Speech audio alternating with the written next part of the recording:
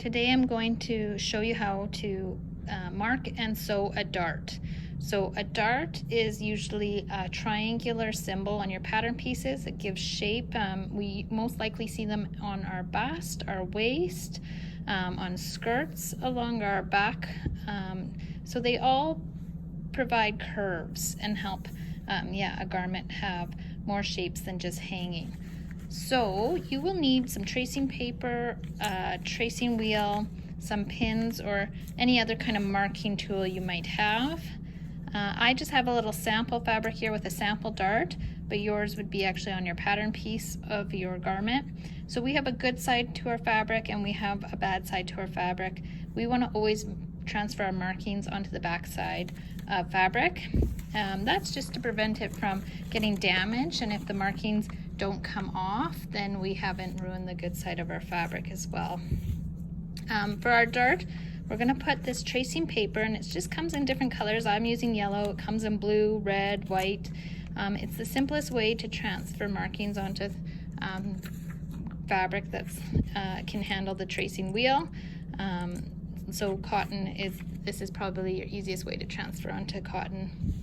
So you're going to replace your pattern piece so that you would have your fabric with your tracing paper and then your pattern piece, so that when we roll over our dart marking, and we're going to place it down and give it a little bit of pressure as we're rolling it, it's actually going to transfer the yellow chalk onto the back side of our fabric so that we can see this marking and where our dart goes. Some darts have this middle fold line. So mine I made there for the first dart, so it's easier for you to sew, but again, some darts only have the outside triangle, so that's what you would mark. When you take away your pattern and remove your tracing paper, you are left with this yellow triangular line, which is now our dart on our fabric. So now we're going to pin our dart. So we always sew with right sides together, so again, we're going to fold it in half, so we're looking at our bad side.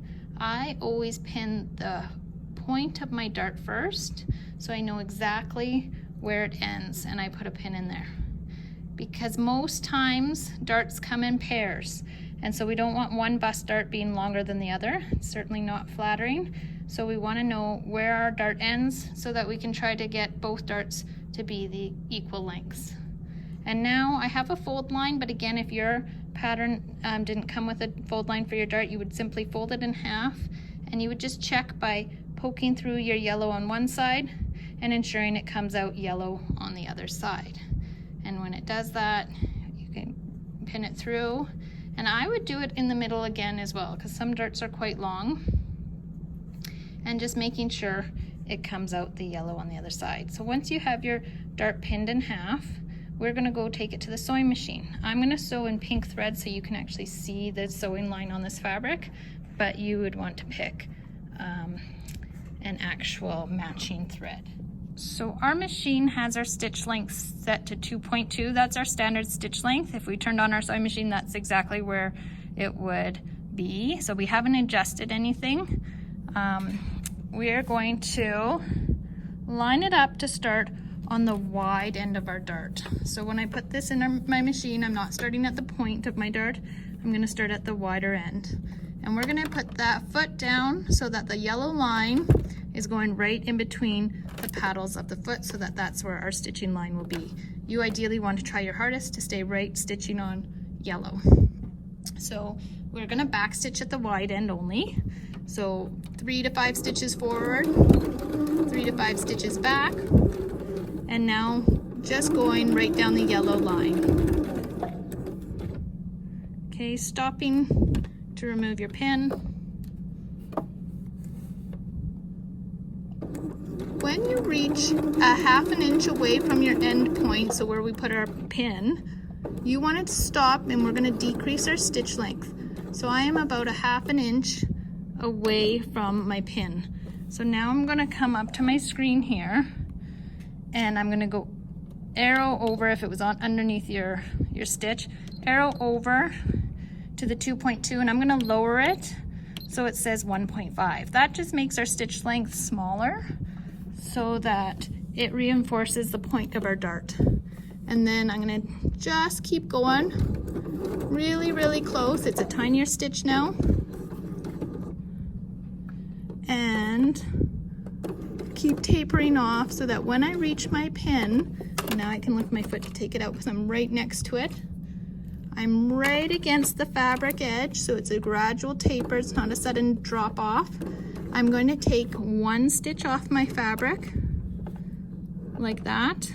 I'm gonna lift up my needle, I'm gonna take it out of my machine, and I'm gonna leave some tails, because we do not back stitch at the point of our dart. We tie off our ends. So then we can use even a pin to separate our threads up. And we are going to tie our ends like your shoes, twice in a little knot. So over and through, that's once, around your finger, push it through, that's twice. We want to leave a centimeter tail of threads, so don't clip your threads right to that knot.